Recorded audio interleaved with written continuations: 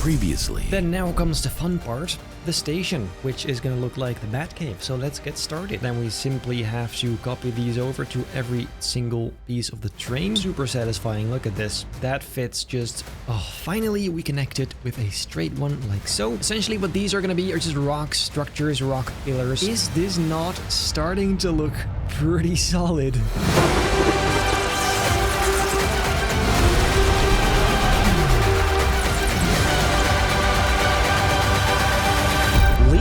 And gentlemen, welcome back to this brand new episode of Building Benji's Movie Park 3. Today we've got some exciting stuff. You might already see it in the background there, but I've been cooking. I have been baking. I was planning to do all of this on video, but then I just kind of got lost into it and I forgot, and it was just going so well, and then all of a sudden, boom, I had a coaster. So I didn't record it. However, to be fair, it's always kind of hard to show anyway, because it's just going back and forth the whole time. So let me show you right now what I built, because it is insane. Truly, I keep saying this with every coaster I make, but I think this is my best one yet. This is by far my favorite one. Let's make our way into the Batcave, and let me just show you. Down here is what we built last time, and now there it goes. The coaster is complete. Let me just let's just go. Let's sit inside and see what happens. So like I said in the previous video, the idea is first it launches forward, but it doesn't actually make it up the first loop kind of thing. So it goes back, then it goes back up, which of course gives it some extra power to make it up that first loop for real. Then it just has a little pretty simple and short layout, but you do it twice, so it's not that, you know, bad actually. All the way at the end you make a little twist and then you go just back, like the whole layout backwards. Getting this to work was an absolute nightmare. You'll see in a minute in the right operations. It's actually insane. It took me a long time, but for once I did that completely on my own with no help, so I'm actually very proud of that.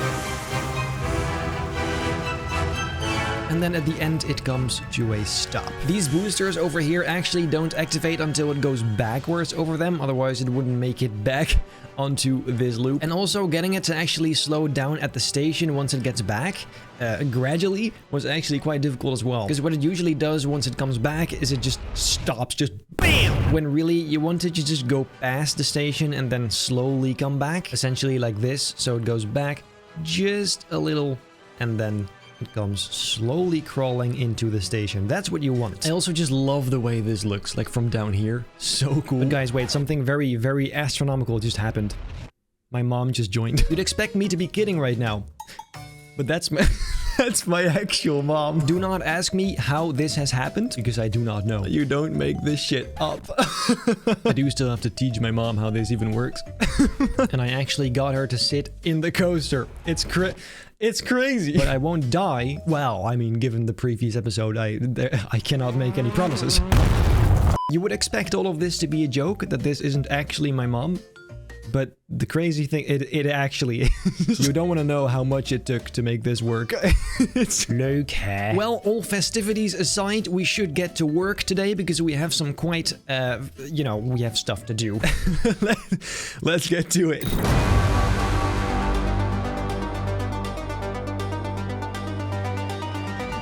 Wait a minute. There you go. Not my problem anymore. I'm guessing the first and most important thing we need to do is fixing this. This, of course, is going to be the waterfall. So let's begin with that water, I guess. I'm just not sure if that should be a water emitter, like the big one, or the tiny ones. Actually, probably the small ones, because those go way harder, way further. That is going to hurt, though. So once you actually get here, it should turn off. But we can do that with yet another sequencer. We simply have to add every single water emitter and turn it off. Like this, just turn every single one. Let me just take 5 business days to get this done. Here you go. So then when I click play, as you can see, they just stop. Perfect. Now we just need to know at what point of the track it should turn off. I suppose let's try this piece right there. Then we just need to test and see if that's... Yikes. No, a bit sooner. Let's try the piece in front of it. Still a bit close. Then you go back and it should stop then too. Let's see. Did it? Huh? Kind of made it work now, so it should actually turn off once it goes backwards as well. Let's see. So it comes back and it turns off. It just stays off quite long, but I guess it's better than nothing. So, well, there you go. So that is the waterfall. Then all we need to do is make this look like a rock, like rocks in general. And for the waterfall, I'll just make like a waterfall looking element as if it actually comes out of this instead. I do want to have that theme park realism. I'll begin with a simple brick edge around the path. Seems nice to have. And well, then it is just a bunch of rocks again. The data limit destroyer. I will be right back with you. And when I am, I probably have a haircut. 2 hours later. Ladies and gentlemen, here we are. All of that is looking pretty clean, so you don't hear me complain. I do, however, think it's nice to add like a platform here. Basically just an extension of that. Here, I'll try something like this, see what happens. That is kind of cool, I guess. Not really sure about the design though. Let's try something different. There you go. That's definitely a bit nicer, yes. The actual supports underneath the coaster is a problem for later. Now first, let's add some very subtle vegetation. Just really some bushes like this. Oh. Milk. We can even add some very subtle color variety in the rocks. You can barely even tell. They just get slightly greener towards the bottom. Here you go. Just a few more bushes in these corners, these crevices. And a finishing touch is some of these ferns that I made in a realm of rides. Because reusing stuff is incredibly efficient. And then I think this is pretty much finished. Let's move on to the other side, which is the exit of the ride. And let's see what we're gonna do for that. First of all, down here, I'll use these same platforms again. And I'm thinking we just turn this into like a tunnel segment. Could have a pretty cool effect. And inside of that, we'll hang up some ceiling lights. Although actually, I'm just realizing maybe we should first build whatever this is gonna be, because that might connect nicely to this. Let's do that. This over here will actually be a subway station, kind of. That wasn't my own original idea. Someone commented this, but I do think it's a...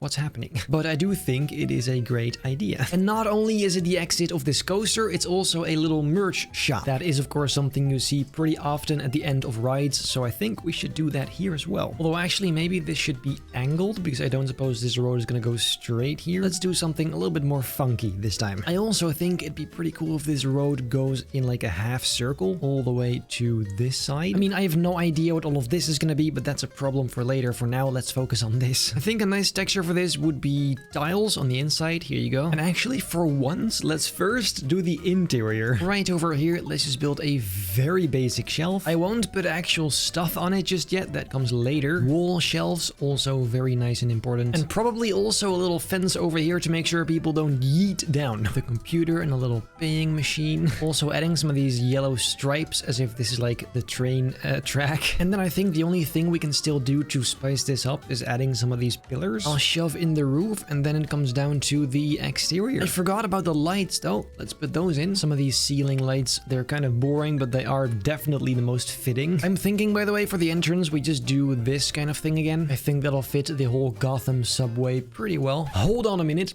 I actually have a pretty cool idea. Wait, what if right over here, we're gonna have to move some stuff around for this, but what if this becomes like a window where you can look at the coaster come by? Here you go, like this. Yes. We can even give that like a really cool shape. Look, with glass, like so. Just all the way up and down.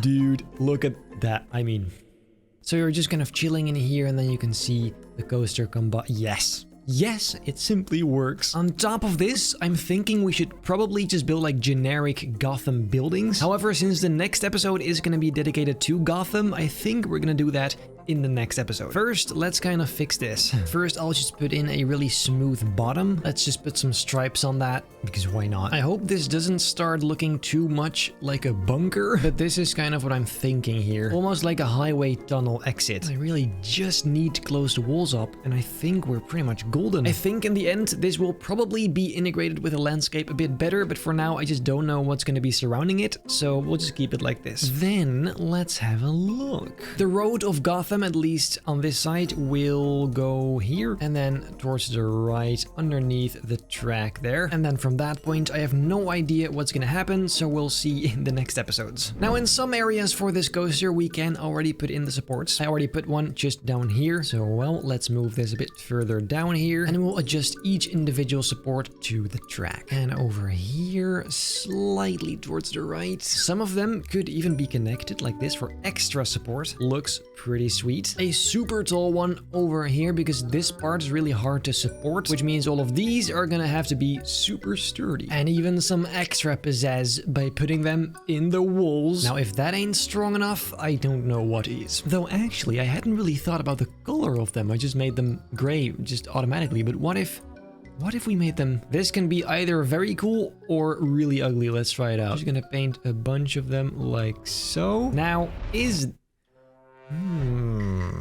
So I will say, it has a certain charm. It looks pretty dope, but I'm not sure it looks dope here in this particular, you know, place. It would have been cool. This would have been cool in like a Six Flags kind of style park, and this just isn't. This is like super detailed and themed.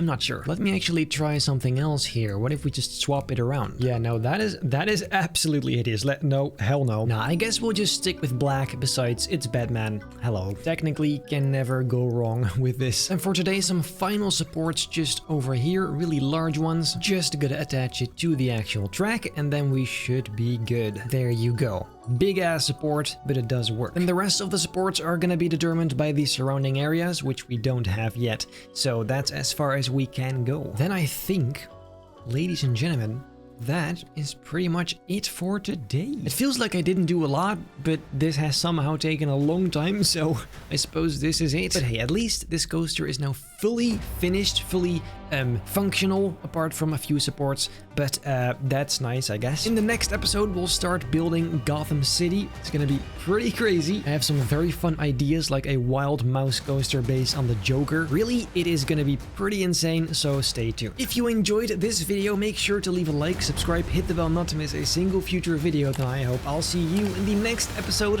of Building Benny's Movie Park.